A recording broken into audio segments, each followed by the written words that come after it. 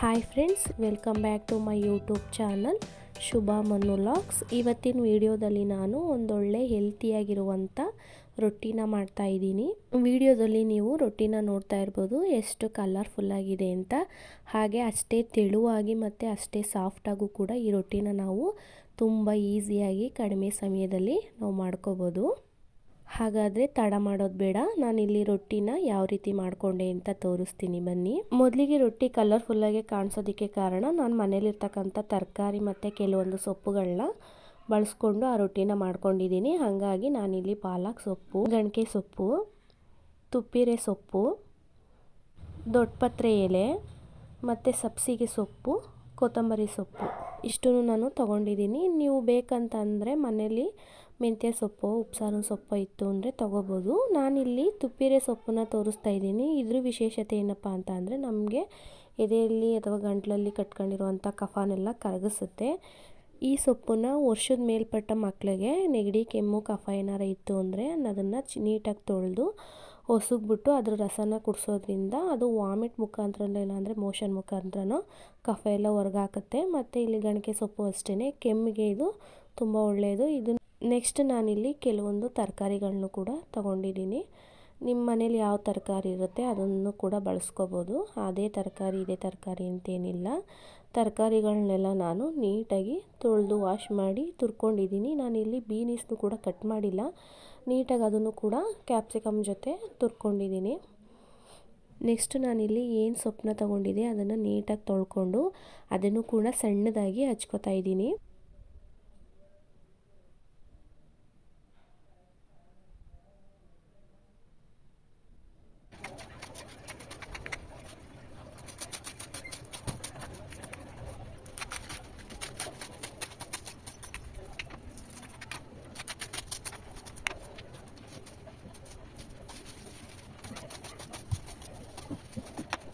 ಅದ್ರ ಜೊತೆಗೆ ಒಂದೆರಡು ಈರುಳ್ಳಿನೂ ಕೂಡ ಸಣ್ಣದಾಗಿ ಹಚ್ಚಿಟ್ಕೊಂಡಿದ್ದೀನಿ, ನೋಡ್ತಾ ಇರ್ಬೋದು ನೀವು.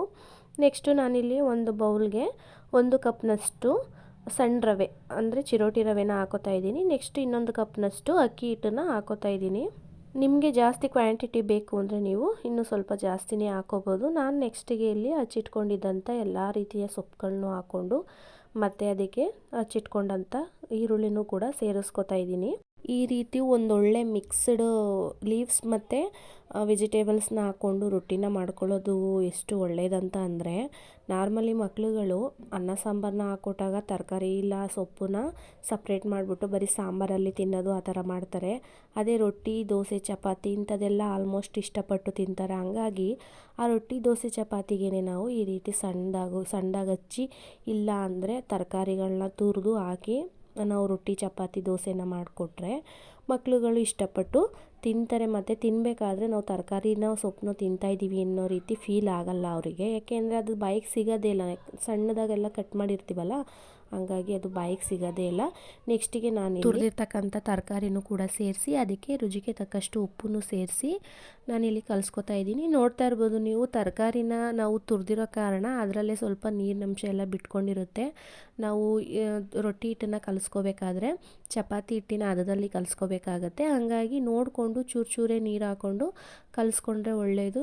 ಜಾಸ್ತಿ ತೆಳು ಏನು ಬೇಡ.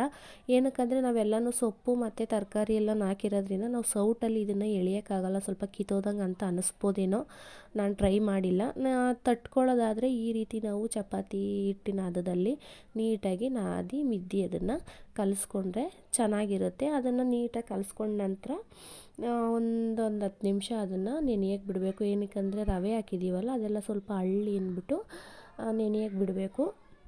ನೆಕ್ಸ್ಟು ನಾನಿಲ್ಲಿ ಒಂದು 10ರಿಂದ 15 ನಿಮಿಷ ನೆಂದಂಥ ಹಿಟ್ಟನ್ನು ಯಾವ ರೀತಿ ರೊಟ್ಟಿ ತಟ್ಕೊಳ್ಳೋದು ಅಂತ ತೋರಿಸ್ತಾ ಇದ್ದೀನಿ. ಅದಕ್ಕೂ ಮುಂಚೆ ಒಂದು ತೆಳುವಾದ ಕಾಟನ್ ಬಟ್ಟೆನ ನಾವು ಈ ರೀತಿ ತಗೋಬೇಕಾಗತ್ತೆ. ರೊಟ್ಟಿ ತಟ್ಟೋದಕ್ಕೆ ರೊಟ್ಟಿ ಶೀಟೇ ಇರುತ್ತೆ.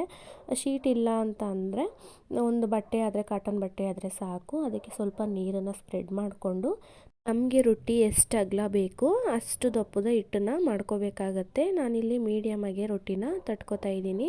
ಅದಕ್ಕೆ ಸ್ವಲ್ಪ ನೀರನ್ನ ಹಚ್ಕೊಂಡು ರೊಟ್ಟಿನ ಈ ರೀತಿ ತಟ್ಕೊತಾ ಇದ್ದೀನಿ. ನಾವು ಹೇಗೆ ವಡೆನ ಮಾಡ್ತೀವಿ ಅದೇ ರೀತಿ, ಬಟ್ ಅದು ಚಿಕ್ಕದಾಗಿರುತ್ತೆ. ಇದನ್ನು ಸ್ವಲ್ಪ ದೊಡ್ಡದಾಗಿ ತಟ್ಕೊತಾ ಇದ್ದೀನಿ. ನಾನಿಲ್ಲಿ ತೆಳುವಾಗೇ ಮಾಡ್ತಾ ಇದ್ದೀನಿ. ನಿಮ್ಗೆ ಇನ್ನೂ ಅಗಲ ಬೇಕು ಅಂದರೆ ನೀವು ಇನ್ನೂ ಅಗಲವಾಗಿ ರೊಟ್ಟಿನ ತಟ್ಕೋಬೋದು. ನೋಡ್ತಾ ಇರ್ಬೋದು ನೀವು ಎಷ್ಟು ತೆಳುವಾಗಿ ರೊಟ್ಟಿನ ನಾನಿಲ್ಲಿ ತಟ್ಕೊತಾ ಇದ್ದೀನಿ ಅಂತ. ಒಂದು ಚೂರು ಕೈಗೆ ಅಂಟುತ್ತಾನೂ ಇಲ್ಲ ಮತ್ತು ರೊಟ್ಟಿ ಕಿತ್ತೋಗ್ತಾನೂ ಇಲ್ಲ. ಈ ರೀತಿ ನಾವು ಬಟ್ಟೆ ಮೇಲೆ ರೊಟ್ಟಿನ ತಟ್ಕೊಂಡ ನಂತರ ಅಂದ ಇರುವಂಥ ರೊಟ್ಟಿ ಕಲ್ಲನ್ನ ಬಿಸಿ ಮಾಡಿಕೊಂಡು ಅದಕ್ಕೆ ಸ್ವಲ್ಪ ಎಣ್ಣೆನ ಸ್ಪ್ರೆಡ್ ಮಾಡಿಕೊಂಡು ನಾವೇನು ತಟ್ಟಿಟ್ಕೊಂಡಿದ್ವಲ್ಲ ಆ ರೊಟ್ಟಿನ ತವದ ಮೇಲೆ ಈ ರೀತಿ ಹಾಕೋತಾ ಇದ್ದೀನಿ. ಒಂದು ಚೂರು ಏನು ಅಂಟ್ಕೊಳ್ಳೋದು ಇಲ್ಲ, ಕಿತ್ತೋಗೋದು ಇಲ್ಲ, ನೀಟಾಗಿರುತ್ತೆ ರೊಟ್ಟಿ. ನಾನಿಲ್ಲಿ ರೊಟ್ಟಿನ ಒಂದು ಮುಚ್ಚಳ ಮುಚ್ಚಿ ಬೇಯಿಸ್ಕೊತಾ ಇದ್ದೀನಿ.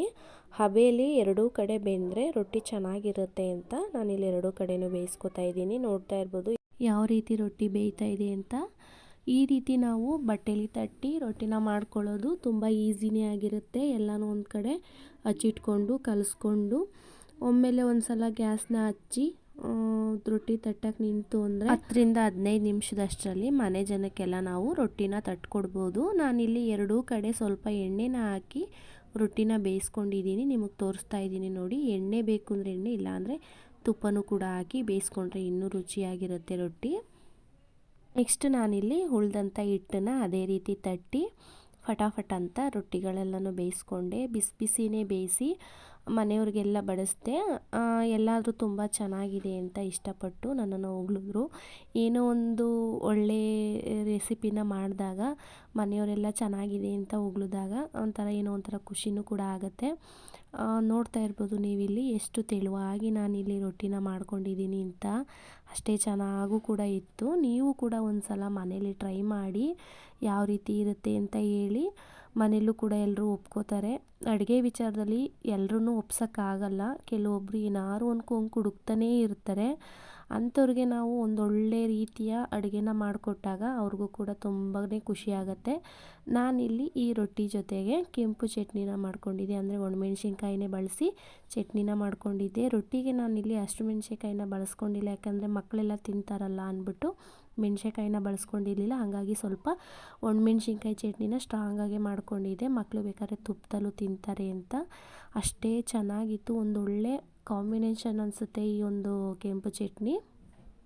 ಯಾರಿಗೆಲ್ಲ ಇಷ್ಟ ಆಯಿತು ಪ್ಲೀಸ್ ಒಂದು ಲೈಕ್ ಮಾಡಿ, ಹಾಗೆ ನನ್ನ ಚಾನಲ್ನ ಸಬ್ಸ್ಕ್ರೈಬ್ ಮಾಡ್ಕೊಳ್ಳಿ. Thank you.